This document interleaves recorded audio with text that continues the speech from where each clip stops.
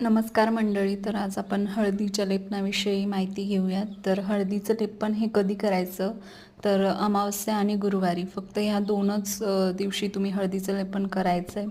हळदीचं लेपन करण्यासाठी सगळ्यात आधी उंबरा स्वच्छ पाण्याने पुसून घ्या, पूर्ण चौकट आणि दारसुद्धा स्वच्छ पुसून घ्या.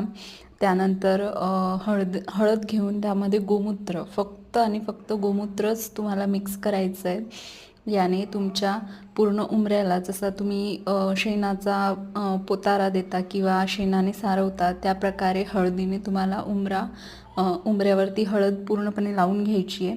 त्यानंतर उंबऱ्याचं कुंकू आणि हळदीने पूजन करून, नमस्कार करून घरामध्ये प्रवेश करायचा आहे.